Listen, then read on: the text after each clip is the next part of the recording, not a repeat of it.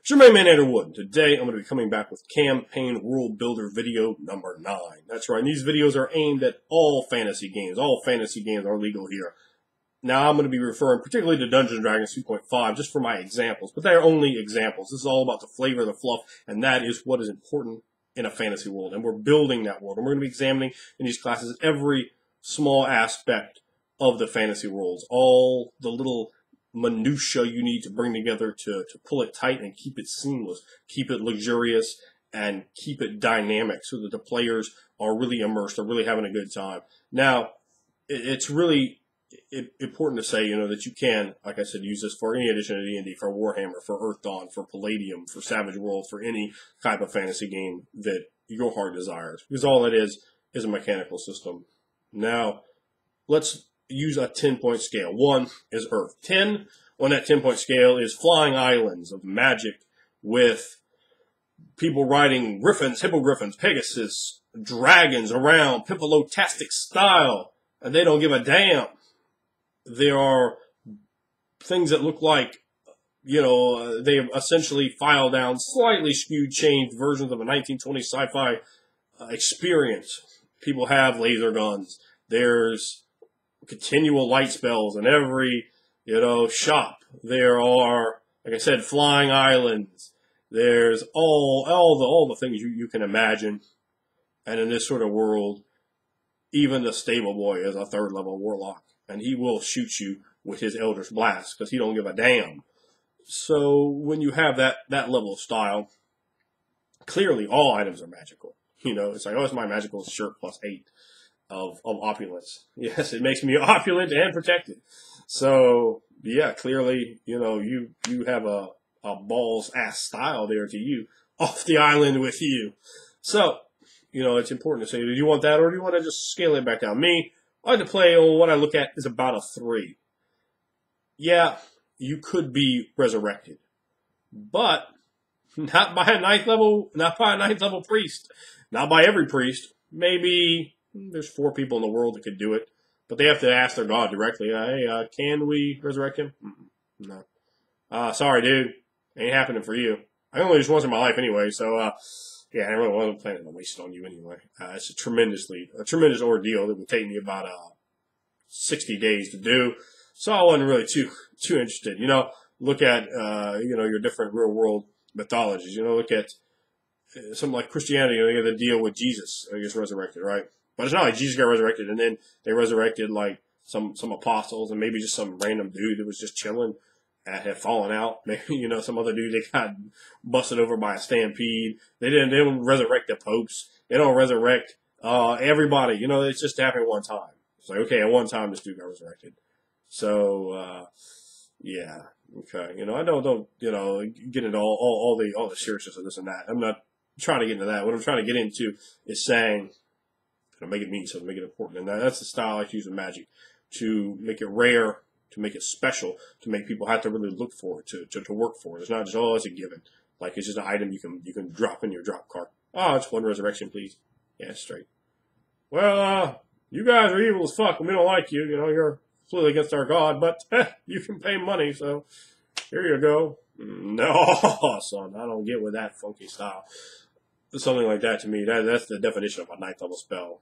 What is more powerful than bringing someone back to life? That is pretty much the cornerstone of what all mysticism forever has been about. There was one thing that the mystics would want to do, bring someone back to life. For there is absolutely nothing more powerful than that. You make gold. No, bring someone back to life. That is absolutely baller. So, when you look at that in your typical D&D game, I would say it's probably somewhere, again, 6.5, 7 on this scale. It's pretty high up there. So if you can ratchet it down a little bit, ratchet it up a little bit, and again, you can bring that steampunk style in as well. That's magic. It's just changed around a little bit. So my man Bolt Orange on the phone today, and both of us hate steampunk. Hate it. So I'm going to out him on that one too, but it's just, I hate it. I guess some people enjoy Everon for some reason, but not me. So bringing any of those kind of styles in, though, can be quite valid, can produce different sorts of campaign roles, different kinds of experiences. If you can walk down to a local magic items dealer. I'll be like, all right, look, I want to buy a +3 lance of mega charging and butt raping. Oh, you want to buy the butt raping lance? Sure, I got 6 of them over here. That's a whole different game to one where there's like 5 magic items in the world. And you're like, oh, I have one of those 5 magic items. I have the mace at +2. It's +2, man. Do you understand? Got this out of the mummy's tomb, and I'd smash you in the mouth with it, knock your whole grill out. Chilton style, you feel me? So, it produces a different deal. How important are the items? How much signature style are you going to gain by having a magic item? Or does it mean nothing? You know, in that level 10 style game, where magic items or stores are like every 15 feet, you'd be like, oh, well, I guess I'll go buy me a magic sword. There's no real reward for it in the players when things are easy. They're just easy. When an item is not a quest, does not have anything attached to it, it's just simply something you acquire in the store. That +5 Holy Avenger means absolutely no more than that short sword that they bought when they first started out first level. It means nothing more. They are a wash, absolutely the same. They might think at first it does, but it's kind of a false deal. Like, yeah, I got this sword. Oh, where'd you get that sword, dude? Someone else asked me when they playing the game. Oh, I bought the Holy Avenger at the Magic Item Store. Oh, that's style stagnant butt. And the player might get tossed on the ground, followed by you, rightfully so. But that's, you know, it's not trying to editorialize here too much. I do a lot of videos. I'm trying to bring it to you straight here, and you know, you can bring those different kinds of styles. So with that lower magic style, that gritty, that dark style, that you can bring in, and you know, people bandied his words about. When I'm talking about gritty, I'm talking about, you know, that hard, dirty, filthy style. You know, where you're grinding it out, where you're getting your arm cut off, where, you know, there are no damn cure light wounds spell, where it's more real, but in that real naturalistic sort of vein, where you're being put upon and pressed, and the world, it has that degree of savageness to it, and magic itself is dark. You know, it's maybe even a demonic thing.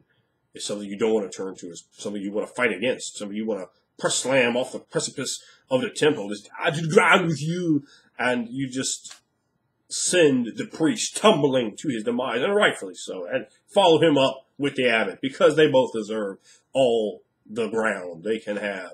And there's plenty of it there, so that's a great weapon to use against these sort of horrendous individuals. That being said, when you're constructing the world, you really want to think about it. What is magic? Why is it there? Why are individuals able to access it? How do the gods feel about magic? Do the gods be like, oh, hell no? And there's a huge problem between divinity and arcane. Because after all, who could possibly get strong enough to ever challenge a god? Well, depending on how high your magic world is, it's the wizard.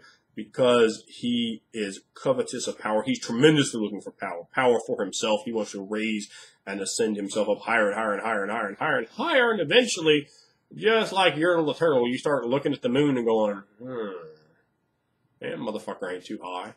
Almost stacked me about 917 more.